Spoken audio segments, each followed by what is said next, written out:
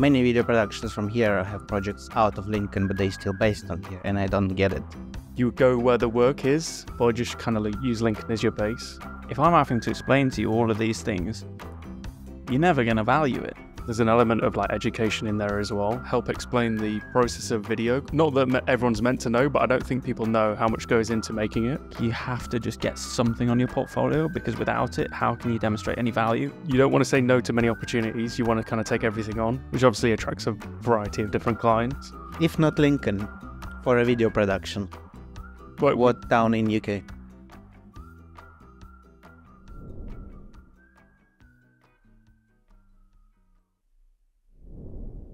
Hello and welcome to another episode of TED Talks. This episode, we're gonna talk about the video productions and why the video productions need to be in big town, or is it fine for them being in small town? And we're gonna talk about it with Adam from Committed Films. Hi, Adam. Hi. Adam was the first person I met who runs an agency that I met around here that I actually liked. Now, thank you. There's a lot more I like now. I'm not hating on everybody, but I mean, you were the first person that I met, and I was like, wow, they're not all dicks. So it's great to have you on the podcast. I know. But I'm really not hating on you. I love you all now. I just didn't know you. No, thank you. Yeah, no, I'm excited to be on this podcast, to be honest. It's I wouldn't say something normally that we do as Committed Films. We're probably pretty silent, but yeah, it's nice to be involved. You say that now. Might not be afterwards. Yeah, there's a big tension because about, I guess, 200 people watch it. Big audience. Yeah. So I don't know if you're ready. That's a small Such a big people. exposure. Yeah. So, Committed Films, you co-founded it. So we first co-founded it with Luke in, must have been 2017, 2018. So we were fresh out of uni. We actually even started it at uni because we both studied music production at York St John. So we were both driven by music at the time. And then whilst at uni, for whatever reason, we both kind of turned to visuals, and we were really interested in photography and video. We were followed that kind of itch and ended up talking to our lecturers and stuff about kind of turning our degrees into more video orientated than it was audio, which is amazing that it was an audio production degree. Through York St John, we managed to get a couple of grants similar to Spark House at Lincoln Uni. We had the same at York St John, and then managed to get a few grants, gave us a bit of money to work with to invest in some cameras, because at the time we had nothing. We managed to get I think it was £1,000 at the time, so we bought one camera, and a lot of self-investment really helped us kind of accelerate that journey. So being at uni, having cameras with nothing to lose, we kind of looked ahead and started working with sports teams and clubs at university that you could kind of make just content for. So yeah, we started doing that, started getting a little bit of a reputation. People started coming to us. We started doing little projects in York for free, because obviously as a student I have no overheads or anything. So just kind of building this portfolio of stuff that we were quite happy with. So then when we had graduated from university, we kind of left with a little bit of something, but we didn't really know what that was at the time. But we knew there was something to be had there. So because we weren't both from York, we were both from Lincoln, we both moved back and started running it. We both took part-time jobs and really kind of focused our spare time on getting jobs in, seeing if you could actually earn some money from this, because at university we weren't earning anything. And yeah, it kind of took a period of one year of really focusing that we were both managed to leave our part-time jobs and take it full-time. And that's when we moved into Spark House. So we came here. I didn't know you were here. Did you? No. It was much before. Did it do before Tommy, or maybe same time? What year that was. Maybe 2018. Yeah, would have been before me. He was still... It's before my time, he was. He was doing real job at that moment, yeah? What was I doing? 2018. No, I was at uni. I went to uni 2017. I think maybe I just about started the business in 2018. So yeah, similar kind of story is. I think it's weird how many creative businesses are formed when people are coming out of uni. I think something, I guess your first question of the day, so, pressure's on. You said that you spent, that time at uni doing free work, to try and build a portfolio. Just how important do you think that is for, especially uni startups and people who haven't got experience in the industry? Because as part of one of my many hats, I lecture students at the University of Lincoln who are, business students that want to be entrepreneurs. And I say that to them a lot. And I say, look, you have to just get something on your portfolio, because without it, how can you demonstrate any value? And when you leave uni and you're really looking for cash, you're going to find that you're screwed. I think it's super important, because just from our experience, and even now, like where we are now, a lot of your reputation is built upon what have you done. So it's a lot of like especially, which I probably will talk about later, is like our sports work. If you want to get into a certain area, you need to be able to have a good understanding of it, and you need to be able to show that you can actually do it. Because there's a tricky thing in the industry where you need to be able to show that you can do it without even done it. So the only way to kind of like get around that is producing like concept work, or like you mentioned at university, we were just making stuff that we wanted to make. You kind of set yourself imaginary briefs, and you're kind of trying to fulfill that brief and making content that just kind of like proves that you can do what you're saying you can do. So I think that's probably how important it is. But yeah, that is still along the same train of where we are now. Like, you're always trying to prove yourself, because I think where we see ourselves at Commuter is we're still reaching towards the goal of where we want to get to, which I think it's one of those things you might never reach, but you're always striving to be better than your last production. And that's kind of like where the focus is of like, to get this client, we need to be showing that we can do this. And the only way we're going to get there is by doing it to show the person that, yeah, okay, these guys are capable. So what are your company goals? Where do you want to be? Where are you at? Where are you going? So I think it's quite an interesting one, because we've set ourselves up. So it was just me and Luke when we first started.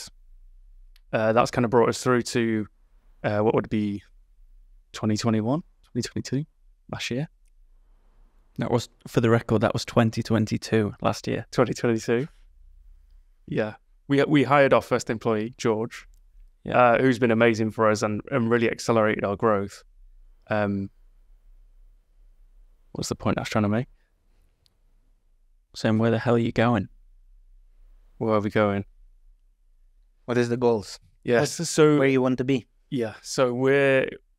After hiring George, we're looking to expand our core team. So I think 3 of us probably not where we want to be at the minute. We want to probably get to being a little bit larger and being able to kind of like stretch out the production workflow. So you've kind of got like producing, editing, cam ops, and then obviously there's the business side of it. So we've got like new business, like account managing, that kind of thing. You want to have a core team that has individual roles within that, so you can kind of like have, if a production came in, you've probably got enough people to cover you internally. But then it's like, if you're looking to scale, you need to be looking at bigger productions, bigger things to be striving towards. So you want to be building a big freelance network around you, so you can start taking on these bigger productions. So if you need a crew of 20, you've got the network there available so that you can actually do it.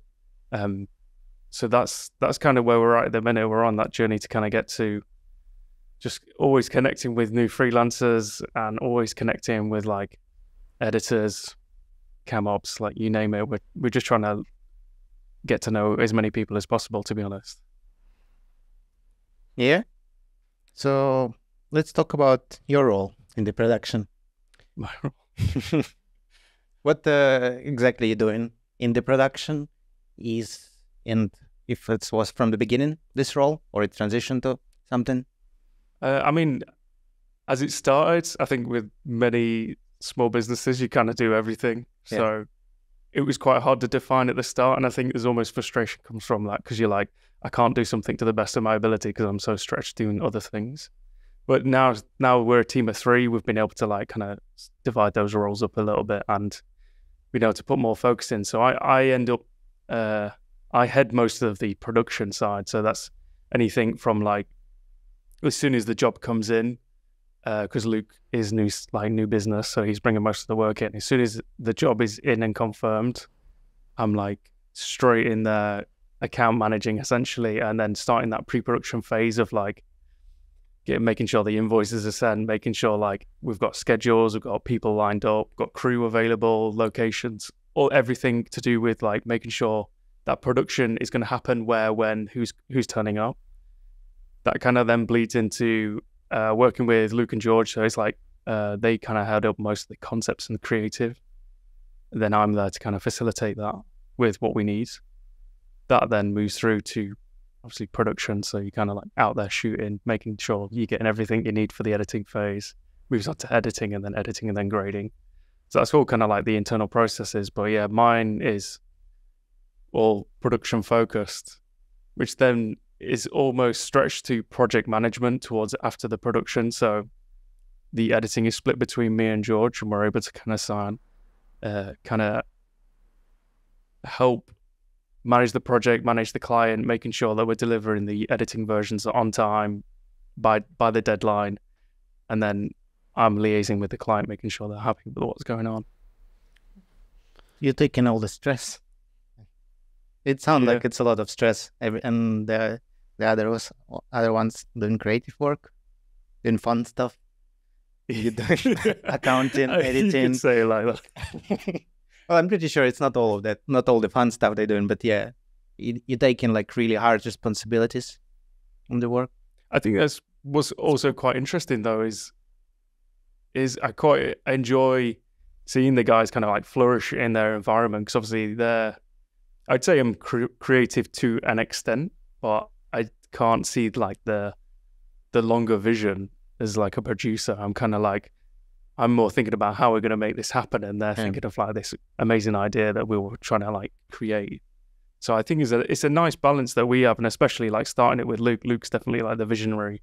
He knows where we want to go. He knows what looks good, how to make it look good, and then I'm there trying to make it happen. So I think it's quite a nice pairing that we have. Yeah, I guess with you both owning it as well, I guess that's really beneficial. I think the hardest thing that I find in business is that I have to be both all the time, 7 days a week, and it's draining. Didn't you transition a little?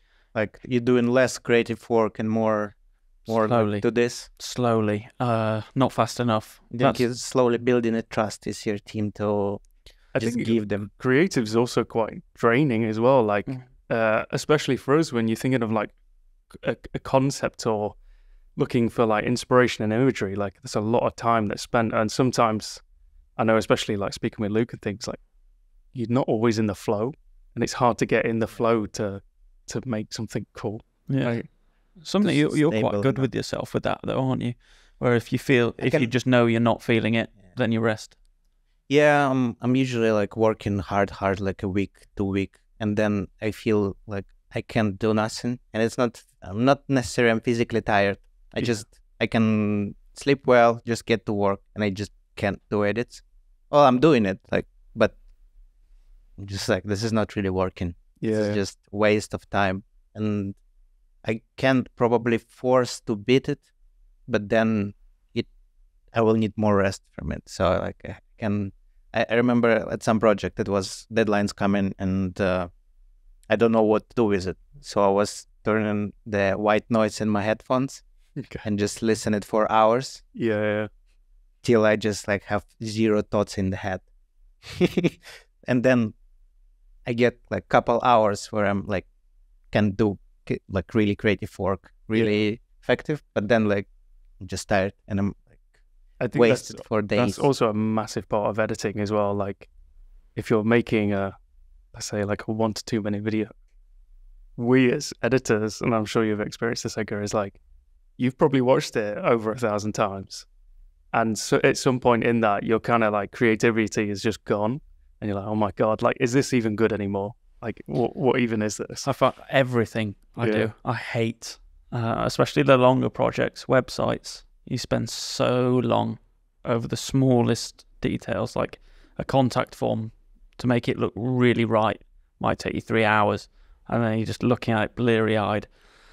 And then just, the website project's kind of 6 weeks of, a few hours a day working on it, and then it comes to the end, you send it off, you look at it, and you're like, is that good or is it shit? I have no idea anymore. How fast you can make a website, in theory? Look, we can't talk about that because if any prospects are listening, they'll think they're overpaying me. Someone will be calculating his day rate right now. 10 years. Necessary should be a good one. Yeah, I don't know. I think... Can you make a website in an hour? No. It takes you an hour to get the server working with a new site on it. That's very slow. I think we can do in the video in an hour. Yeah, you could probably make someone in an hour. Yeah. Not necessarily good, but something. Yeah, you'll make something.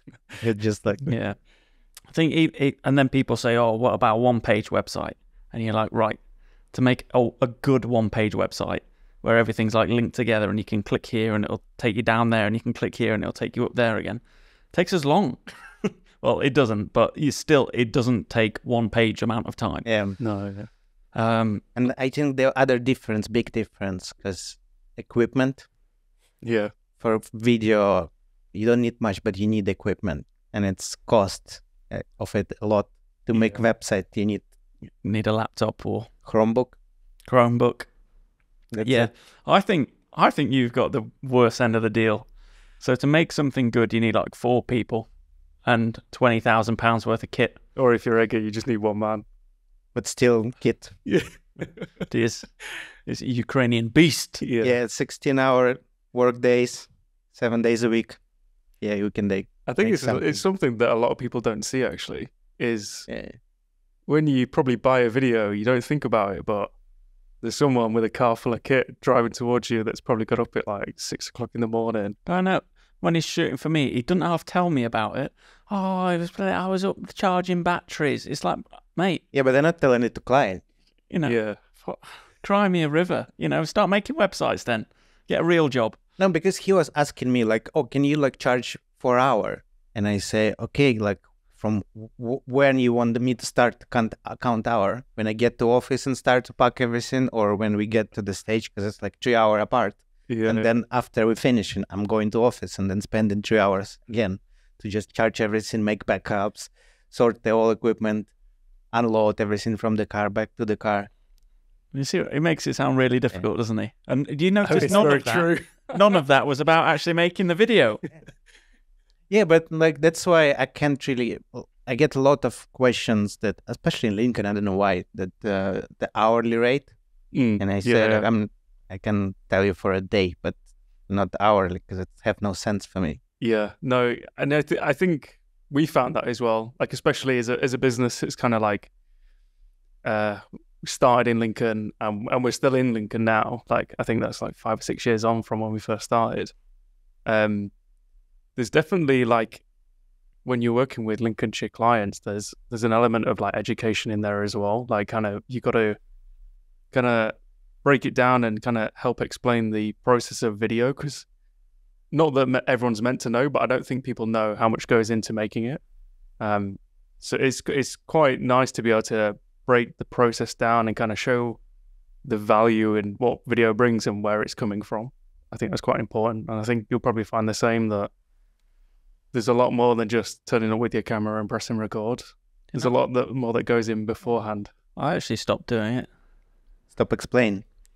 Because I realised that the clients or the prospects that I was having to, explain my value and just how long these things takes, and actually, and not just how long it takes, and the learning that you need, all the previous learning you need to actually be able to deliver it, but then also what it's going to do for you after.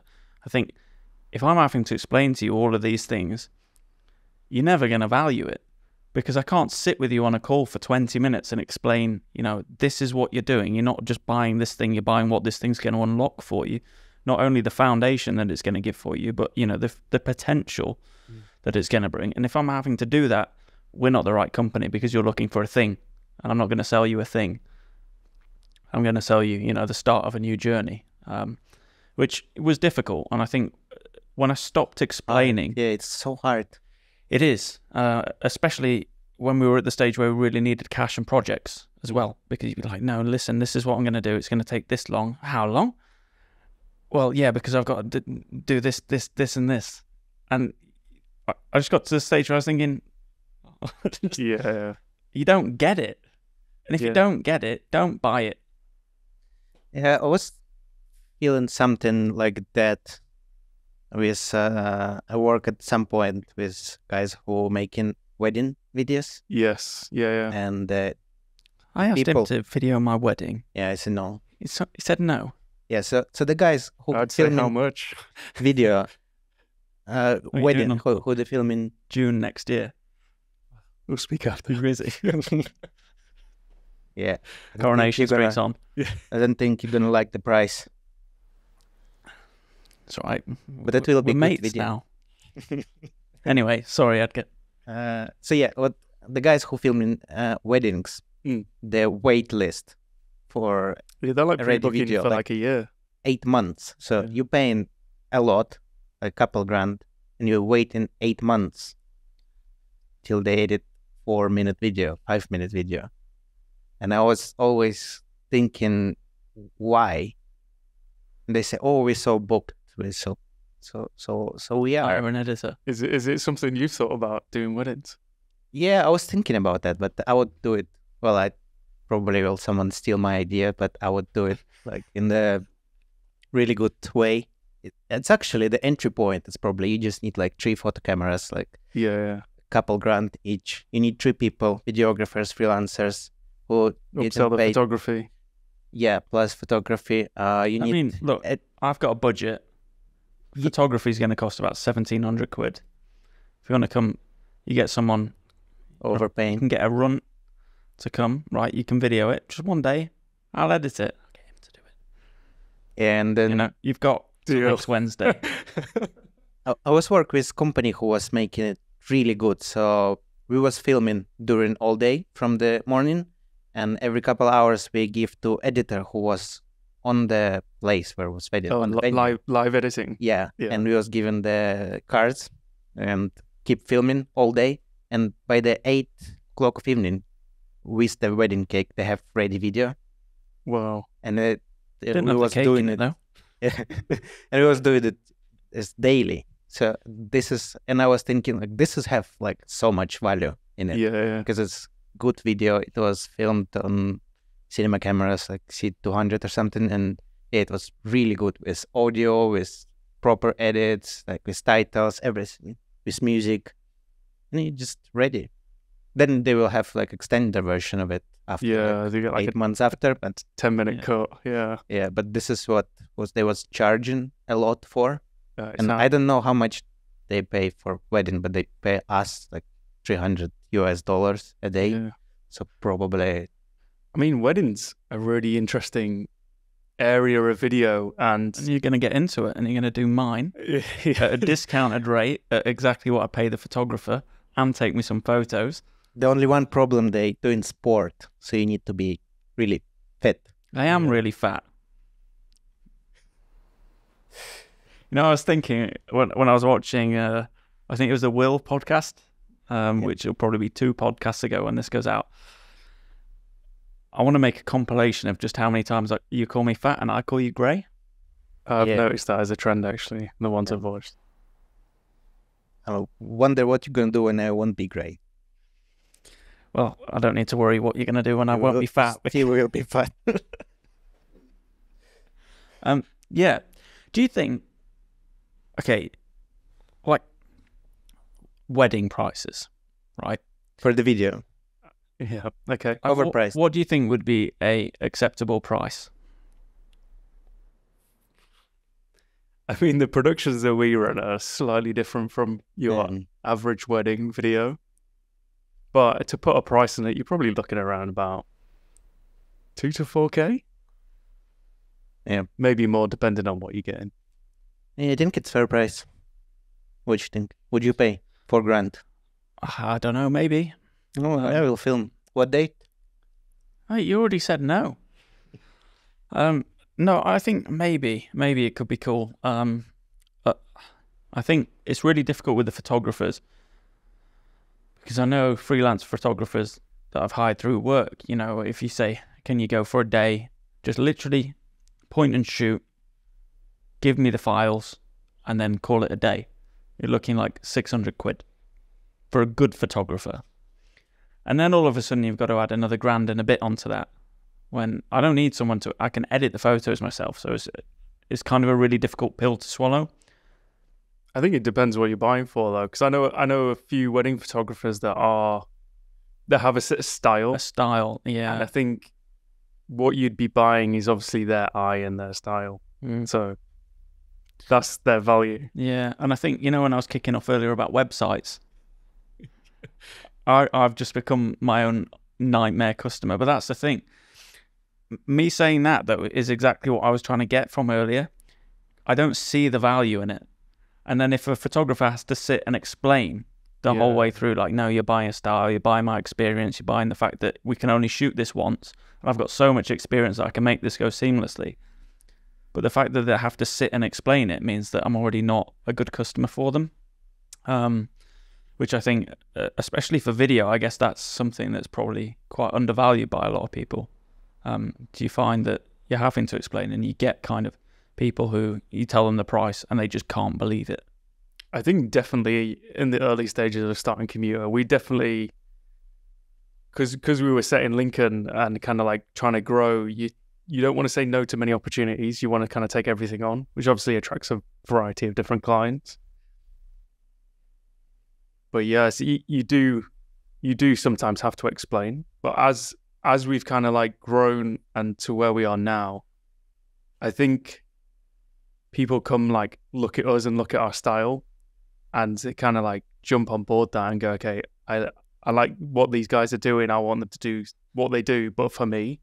And I think that's kind of like what position we're in now is people are just coming to us rather than us having to like force a sale or something like that. Because like I kind of mentioned at the start, it's not something that we do. We don't want to like just sell you a video.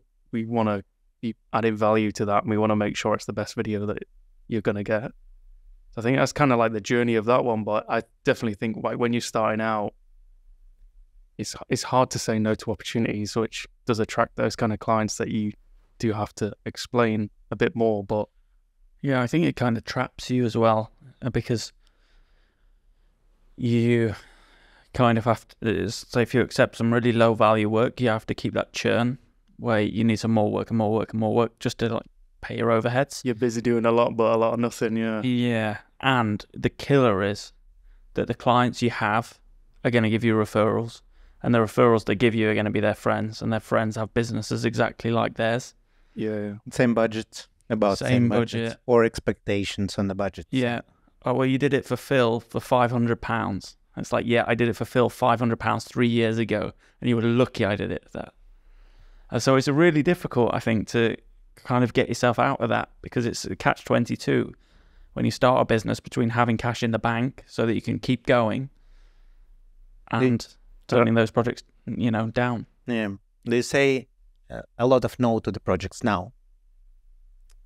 We try not to, because I think there's always a scare that there's going to be no work. There always is work. So it's kind of like finding the fine balance. I think the only times we would ever say no is like if something didn't align with what we were looking for, or like there was too much push on the creative of what we wanted to do. Because I feel like we want to bring value to the product, and you're bringing our opinion and our expertise. If you don't think that's going to be working for you, then we're probably not right for you. But there's loads of other different video agencies that might suit your style or might suit what you're after. So yeah, we rarely say no to projects, but I think we like to just bring like the commuter feel to a project, really. Mm-hmm. What would make you say no, like straight away?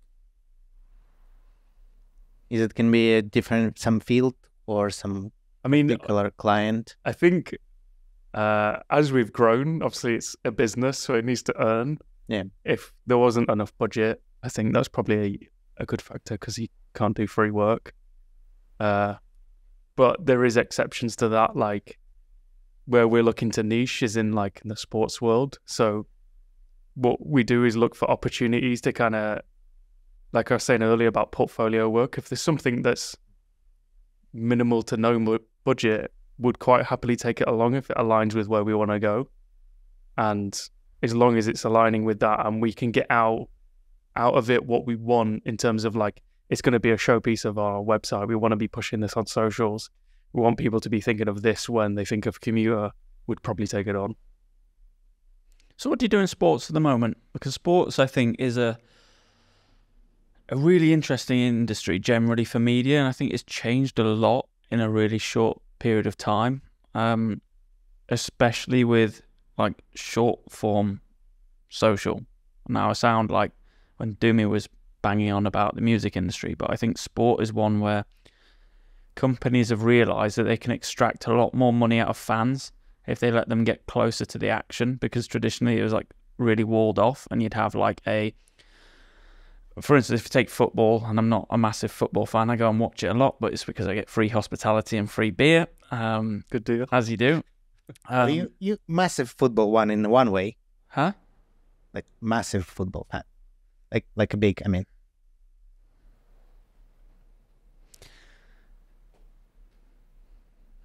Every time.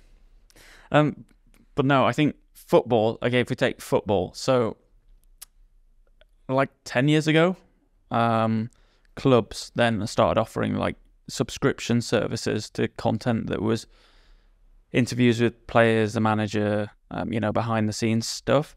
And then I think as socials gone on more and more, then there's, shorter form like interviews of players, like snippets from them training, dressing room stuff, tunnel stuff. And I think that, even YouTube, so like Ben Foster, the goalie, would put like a camera in the goal and then it just like him playing. So the actual game, and then just highlights from that. So you can hear him like swearing at people and you can see what he does when a goal goes in, things like that. So do you mean the humanizing? Humanizing, especially, yeah. And I think the biggest example of how this has helped, I'm into racing, so I go and watch like a lot of car racing.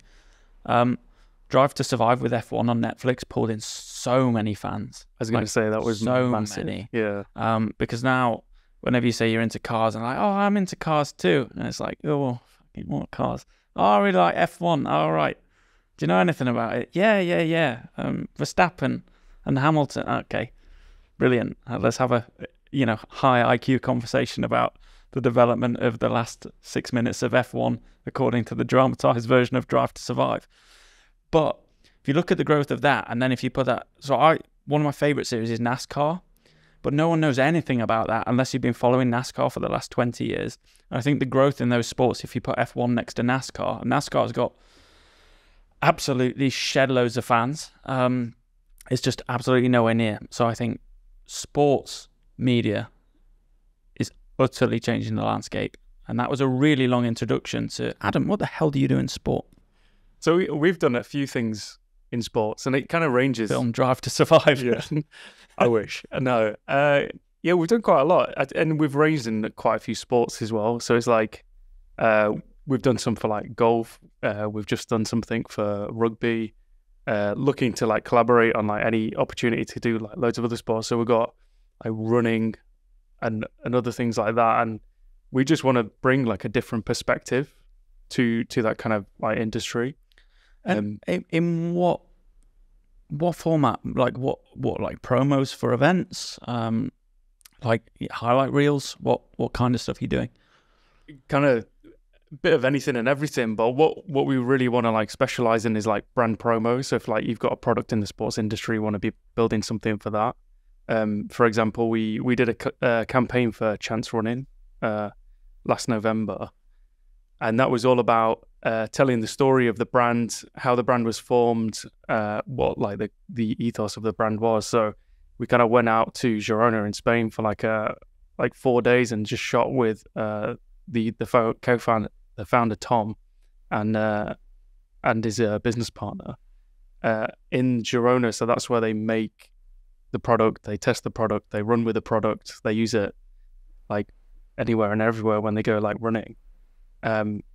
And we were capturing like a documentary that kind of like fulfilled that need of like following the fabric and them running in it.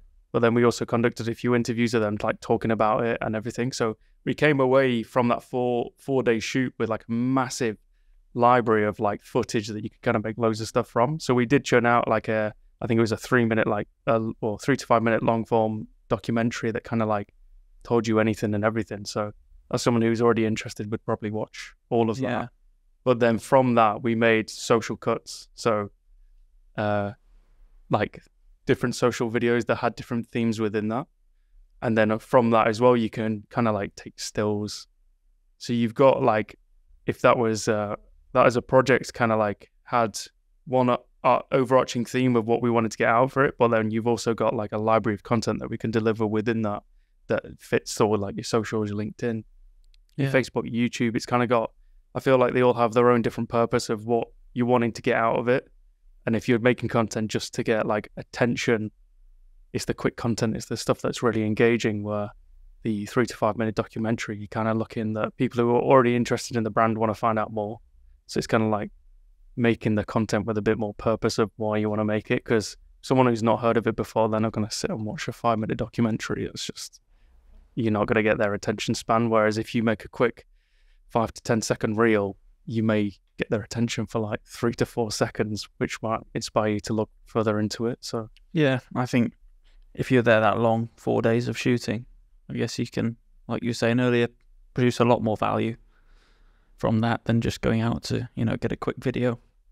We do try and bring that to nearly every shoot that we do now. Like, I bet you do, yeah, because you can charge more for it. Capitalist bastard. No, oh well, we hope to bring value with it. Like, how long are you going to be on site? About half a day. We're thinking about 6 weeks for this one. Or is it painting a door? We're just going to get a residency. We need to get the drying process. We need to watch it dry. Okay. Time lapse. Time lapse. Yeah, exactly. All crew need to be there. But no, yeah, I think, with most projects nowadays, like, we're delivering a feature campaign, and that's got X amount of videos alongside it, and maybe stills as well.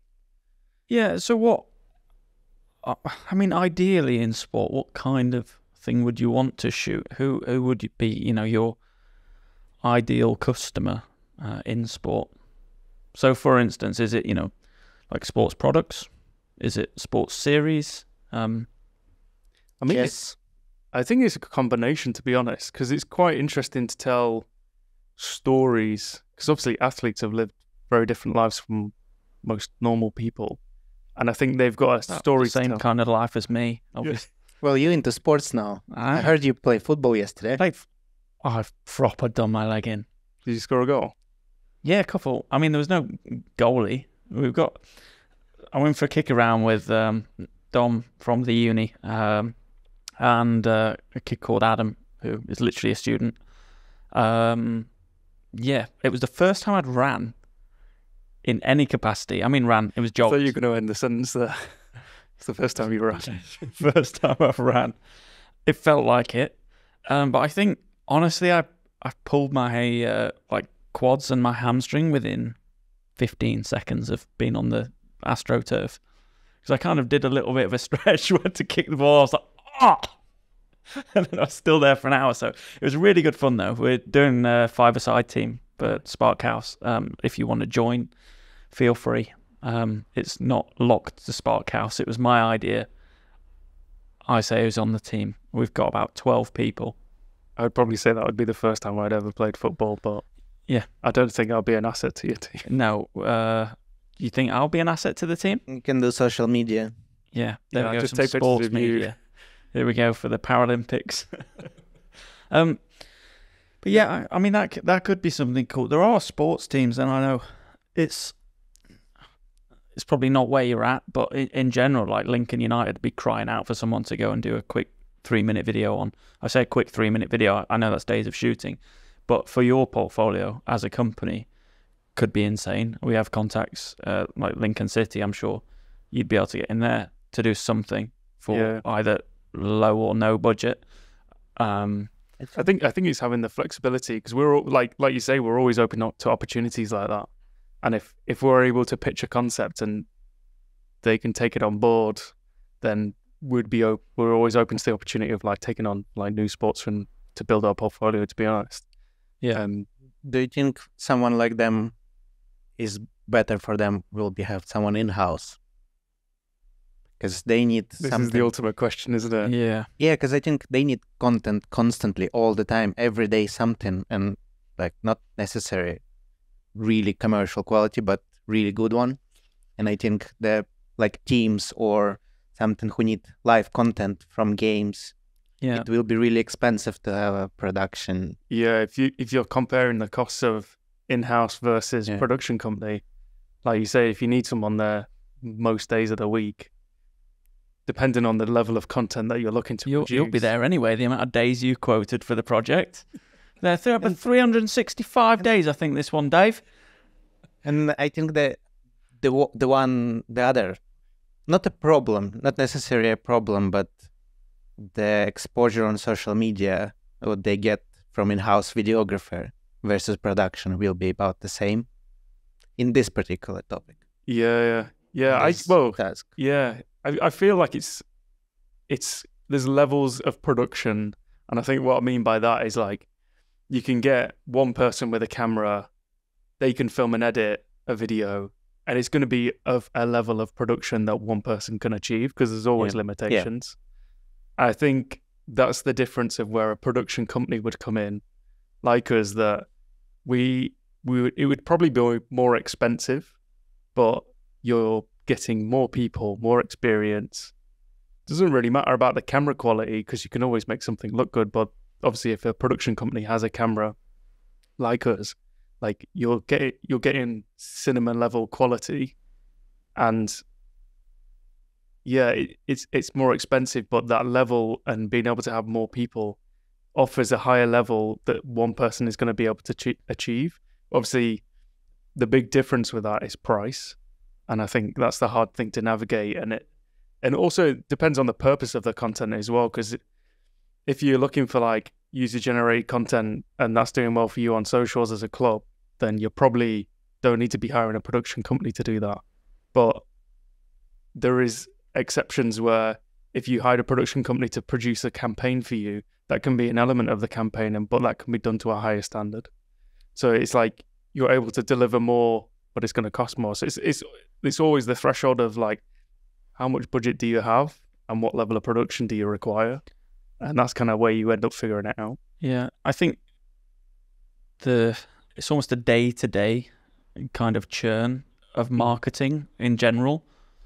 You need somebody in-house if you're going to be doing it every single day. I think and probably Will King put it best, describing agencies in general as ideas factories. So if you're looking for a fresh perspective, but like you said, at much higher quality, because there are things, even if you're doing the day-to-day marketing, that need to be the best quality they can be. So for instance, let's use a football club as an example. If they're doing a shirt launch that's going to be shared, through all their supporters on social media, and it's to shine a spotlight on sponsors and things like that, or club improvements after coming into a new season. Those things need to be of high quality, but yeah, a tunnel interview after the match with a player that's just scored a goal probably doesn't need to be. That could be shot on an iPhone, because people, what they really want to see is just a player talking. They don't need to see, some 3D animation where he pops out the screen, waves, goes, hey. So yeah, I think it's sort of tools for the job. And I think it is a really important point that you said about, agencies being able to provide much higher quality because they have a lot more specialists throughout the chain. And my analogy is it's like the Marvel Infinity Stones. So have you seen any of those Virgin films? Yeah. Sorry, I was trying to find words to not offend you in any way and anyone. Yeah, where every kind of individual in the team I always imagine. So sorry, I interrupt a little, but I'm always have a delay. It feels like like on TV with someone foreign, you waiting for translation. So let's consider like that I'm just. He has the compare the meerkat guy in his head. Like, hello, Sergey, he's here. He said the sorry. Marvel Infinity Stone. That's what's happening. Yeah. Oh yeah, in there. It really is him. Yeah. I think the analogy's it's sailed now, hasn't it? But I was going to say that people in a company, people in an agency, whether it's freelancers like banding together under a collective or it's a team with general employees, that people being able to add value that whole way up the chain because everybody's so much better at their job than a jack of all trades, sort of master of none. But I think that companies, especially bigger companies, need to accept that not everything needs to be perfect. And, you know, that it would be a waste of money for people to come and pay you, like a football club, for instance, to pay you to go in every single day and interview a player. Doesn't need to be of that quality. So I think, yeah, it's the whole I think it should be balanced. But yeah, and with agency and productions. Oh, for me, for example, in my experience, I have different type of clients. So some of the clients, they have their own marketing department and they know exactly what to do in with assets. They know what they need, how many they need, how often they need. They have their own strategy. And then we have on the other side clients who, for example, can be an owner of business.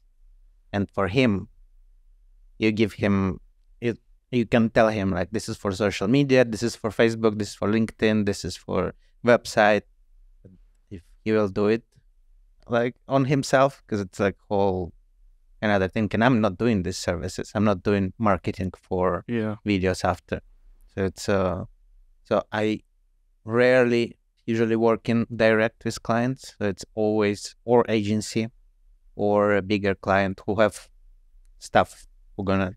I think it does range quite a lot as well when depending on who the client is. Like you say, if it's a marketing agency, their briefs and deliverables are much clearer outlined with what they're after. Whereas sometimes when you can go directly to a business that's looking for like a brand promo or something, for instance, they're not necessarily clued up with what they need and how they need it in terms of like, how many videos do you want? How many deliverables do you want? Like, and I think that's where the education kind of part comes in, because you kind of like saying, oh, this is where you'd probably put this one, and this is where you probably put these social videos. But you're not doing these services for them. Or you do? I mean, we do advise. Okay. It's probably not something that we monetize much, but yeah, it's definitely something that we do help with. But I'd say the majority of our clients come to us with exactly what they want. There's a few exceptions that you kind of like there to help advise. And if the budget was the same, so a client that has no idea and an agency comes to you with exactly, you know, for the same client with a defined idea, who would you prefer to work with?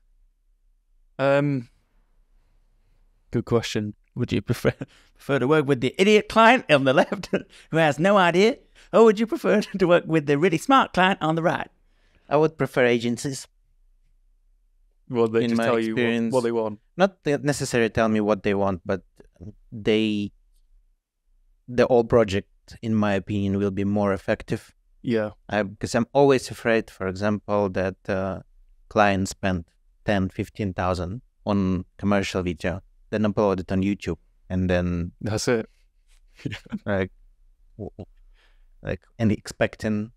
And actually a really good point, because obviously high level production it costs money, and I think that's where we always get a little bit scared, where you put so much effort into making something really nice that you're proud of, and it just goes nowhere, and you're like, guys, where's this? I've not seen it anywhere.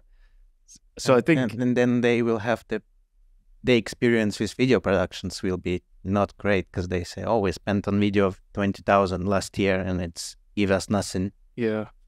And I think that's where marketing sits really well with video. I think having someone that understands where it's going, where to put it, the different deliverables of where it needs to go. I think the question is like, what's it doing with everything is the kind of ultimate question. I think, it's a difficult one. I don't know how. I know you're kind of sensitive when a client comes in and they say they've got an idea, they want this, and you know you can sort of navigate them, take them down a slightly different path where you think it'll work better for them, even if it's, you know, less money for you or whatever. I think that's something agencies need to be careful about, because if they accept the work and they say, yeah, sure, of course it'll work. Yeah, we'll shoot the £10,000 commercial that you can upload on YouTube. That'll be fine. Especially when you're quoting them 400 days on site. But I think it's something to be really careful of, because all of a sudden, if you sell services that a client doesn't need because they didn't really know what they were doing with them, you're opening yourself up to someone just giving you just saying that you're crap. I think this is where pre-production's super important. And I think... Look, he's demonstrating his value again. This is where my job, even though I don't do any camera work in this camera company, this is where I'm the most important person on the team. No, I think enlighten me. It's super important, because I think as soon as you've got that initial contact, so I think it's probably like even more on like Luke's role of like new business. We're not trying to sell you just a video. I think it's like you sat there with a client collaborating on trying to generate ideas about, so why do you want this video, and what is this video even meant to do for you? Like, what's the point of it? And I think is one of you've kind of got down to the point of like going, okay, this is why we're doing this project. I think everything else kind of like stems off it. So you're all working towards the goal of like this finished product, and you know where it's going to go, you know where these deliverables are going. So everything's had a lot more thought put into it, rather than kind of working the opposite way of like making the video look cool, but you don't really know what you're going to do with it. I think that's like a really important part that we've tried to like iron out over the years of like, it's purposeful content. It's got a reason why it's been made, not just because it's a nice video. Yeah, I think it goes kind of hand in hand. When you're doing that, you're also easing clients' expectations as well. Both easing them and giving them some expectations, and giving you some kind of, you know, metrics to judge the performance, or, you know, I guess the performance of the video on. But I think do clients often come with a reason, or do they? Because I get this a lot of our clients. They'll be like, I want a video. And you're like, why? And they're like, oh, I just want a video. I want a video where I can tell people about services, and I want it like, you know, I was thinking you could come over and shoot it like next Wednesday. And I'm like, well, for what? Where's it going? For what? Where's it going? What are you doing with it? And they're like, oh, don't worry about it. I just do it on my phone. It's like, well, yeah, do you get a lot of that? A lot of we had? I would say we definitely did get a lot of that, like towards the start. I think less so now, but I think it goes to that value, doesn't it? Yeah, that's value it or not. Yeah, and I think they're the people that you end up explaining it to, but I think with them you end up spending more time trying to find the purpose of why they want it. So it's like they might not need to do an interview. It might be more like, oh, just do some social videos explaining what your services are and start pushing that, rather than you don't need a brand video, because your website might be doing a good enough job anyway, or their social presence might be doing a good enough job anyway. So it's kind of like going back to that early stage of figuring out what exactly do you want, and why do you want it, and I think everything else kind of like just follows on from that. Yeah, okay. I think for, you know, the sake of time, it'd be nice, because we have kind of around 10 minutes. If you could talk about your tips for people getting into filmmaking. I really want to talk about the small towns and big towns. Then sure. And then we'll do that instead. Yeah. Oh, instead? Okay. We could do both. How long have we got? 10 minutes. Yeah. Actual 10 minutes. 10 minutes. So yeah, the big... We'll end with tips, so. Yeah. Okay. So yeah, we'll try and make this quite quick. So yeah, the biggest question, I guess, for me, like, why is such a good production, like expensive production and with high quality work? What are you doing here? Why are you not Good where question. the industry is? Yeah, I'm just curious. I think it kind of goes on from our journey that what I kind of spoke about earlier is like, we were both from Lincoln. We ended up just staying here. And I think we found it difficult from kind of all the aspects that we've talked about earlier, that it's the level of clientele in a small town is obviously quite limited. But then also, like, Lincoln and Lincolnshire has some huge businesses as well. And we spent quite a lot of our time just growing the network, just trying to chat and meet as many people as possible. that's going to help us grow. So it's rather than targeting lower end budgets, you're trying to grow and trying to like help the business grow. That might be some sacrifice of like what you want to be making, but I think there's always an element of the videos that you want to make it your way. So it's making it really well, really high quality. So that's kind of how we started growing in Lincoln. And then I'd say moving on from there, you start meeting people in like Nottingham, and you can't start meeting people in Manchester. So you just start chatting to people, and then your network's slowly expanding, and then that kind of like then moves to London, and then you've got people in London that you're chatting to, and then eventually just like the snowball effect of it keeps on getting bigger and bigger. You end up getting inquiries from Manchester, you end up getting inquiries from London. And then for us, which has been a massive benefit, is having an office in London would be really expensive. And whereas an office in Lincoln is probably a third or a quarter of the price. So we've been able to keep our overheads quite low and manageable, but working with larger budgets that just take us to like around the country or abroad. So it's kind of like we've just been able to grow our network quite, I would say it feels slow, but I don't know if it is slow, but it's just been like step up every time of just chatting to new people. Obviously that, like you said earlier, people talk to people and then you end up getting passed around like their network of people are after video. So it's a bit of a slow burner, but that's kind of how we've grown from Lincoln. So you just don't feel the need to move? Yeah, at the minute, I think we're pretty happy where we are. Didn't make it complicated. Travel a lot, because the travel, it's the cost. It's the time. It's 2 hours. Because you usually go probably day trip. Yeah, staying, or if you're not staying, then you pay for a hotel for a crew. It's couple rooms on their prices, mate. Don't matter. No, I mean like I think this is equalized the cost question. Because if you travel 6 times to London in 1 month, this became in price of your office, or even more. There's so much loss of time. That's what I'm thinking. It's a good question. I think that kind of gets answered when, if the times are quiet, then obviously the overheads are low, so you don't have to worry as much. Whereas if you were in London, I don't know if the peaks and troughs would be the same, but obviously the quiet periods will feel really tight because your overheads are a lot more. But to be honest, I feel like we managed it quite well. Obviously, we work with Scott Marine Photography, who's a guy in Obeilton who has a studio. So we end up doing quite a lot of studio work here. So even though we work with quite a lot of clients that are from outside of Lincoln, we're still able to bring quite a lot of the production locally, which I think is quite nice. Yeah. And you're not scared of travelling. That's why they're called commuter films. Exactly. So they just love driving about all over the place. Pointlessly.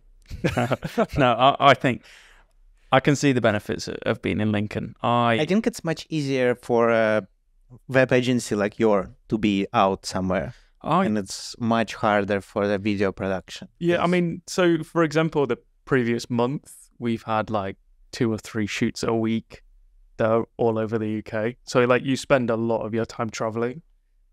I don't know if part of it is just taking the hit and it is what it is. Like you just kind of accept the travel because it's not like you're going to be able to do all your productions in Lincoln. I think that would be quite hard to do because there is a ceiling, I think, on that.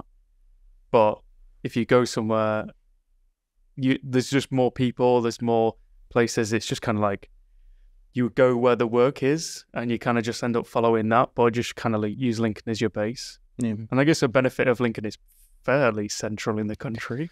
Yeah, but it's also a nightmare to travel. Yeah. Because you're sort of driving, I don't know, an hour, half an hour before you're on the road that takes you take trains because you have a lot of equipment, so you have to go by car. Yeah, driving by car, I guess it doesn't really matter. We were at a meeting with the LEP yesterday where they were asking, how could they make it better? And I just asked a question like, name me one good thing about being based here.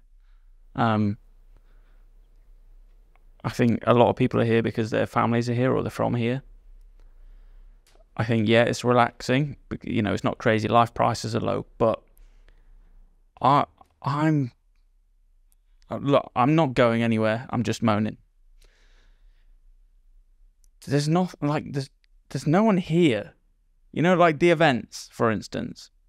What's the point of going to a Lincoln networking event? Well, I know them. I've met everybody there is to meet. Well, how Pete say, do you know them enough? I think so. Yeah, because I think so. I think that's kind of like that's like not what we did, but we kind of like met a few people. You kind of like meet enough people in Lincoln, and I think that's when we kind of decided like that's the ceiling we need to be looking You at. just bashed your shins on it. So I like Lincoln. We were in and for out. the record. I do like it here. No, it just sucks. It's a really nice place to be. If not Lincoln, for a video production, But what town in UK? money's not a problem. It's not for you anyway, if mate. money's not a problem. Money not a problem. I mean, you Where probably the would go industry? where most things are happening, which is either like a big city like London, Manchester, that kind of like region of big city, plenty of businesses, plenty of people. Yeah, always and I mean, things like, going on. probably the industry is, like for example, film industry. Yeah. And if you want to develop, so for me, I'm questioning myself that I want to develop not only not necessary in with clients and as a business, but same as a like be more advanced in industry, like learn something more, see something more, like be on movie set, be on like challenged with bigger productions and kind of something like that. I think that's where the bigger cities like London offer. Like you've got all the rental houses and all like the equipment places where you buy your equipment from. They're running the workshops there. They're running like networking events in like industry networking events there, which are like the people that you want to be meeting. They're not just like your local Lincoln networking, which is obviously local businesses. You're going to an event where everyone's in video, and obviously everyone kind of chats about that kind of stuff. So it's more like purposeful of that's what we need to be going to be chatting about industry and things like that, which obviously you're not getting in Lincoln. That kind of hits the nail on the head of what I feel I'm missing out on. There are agency owners here, but I know them all, know all of them, I think. And it's that kind of learning. The best thing this year for my business was there's like 3 workshops. That was they're called Momentum. I don't know if you went to one, but it was just literally agency owners from round here, and they stuck them all in a room. There was a couple of really knowledgeable guys just giving workshops, but then it was just, talking to the other owners and asking them questions and asking advice and say, what do you do for this? What are your processes? How do you onboard clients? What software do you use? That I feel I'm missing out on meeting a lot more people like that. And yeah, we could do it, but it's difficult because I have my day job to do here. I could spare 2 hours out a day, a couple of days a week to go to an event, but I can't if it's 2 hours travel plus 2 hours of event. It's not worth it. And it cost. Yeah, cost don't do you know yesterday I'll put it on Adam's card. Yesterday in London was the Motor Awards event. So this is you would like it. Yeah. So it's all over the films and like just the productions who doing mostly for racing, for all of that. They quite have like nice stuff there. But I was thinking, I would want to visit it. But then from here, if you'd have told me about it, I'd have gone. Thanks. That's why I not tell you. So you not go. It's just I just think hurts. I think there's I think going to those things are really good, and I definitely think for networking, for video, it's like going to events and things in the industries that you want to be working in. So like we're all interested in sport. Like Luke's a cyclist, George is a runner. I kind of like dabble between golf and running. So it's like we're always going to events and things that like are sport. And then you end up chatting to people in there, and then that's kind of how you end up making connections in the industries that you want to be working in.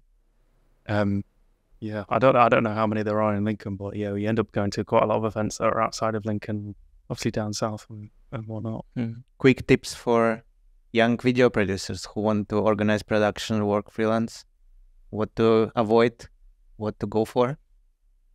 I mean, it depends how low you start. And I think if you're a student, Yeah. like if you're at university, I would say try and reach out to your local production companies and just try and get like work experience. I know we've taken on a few university linkage placements.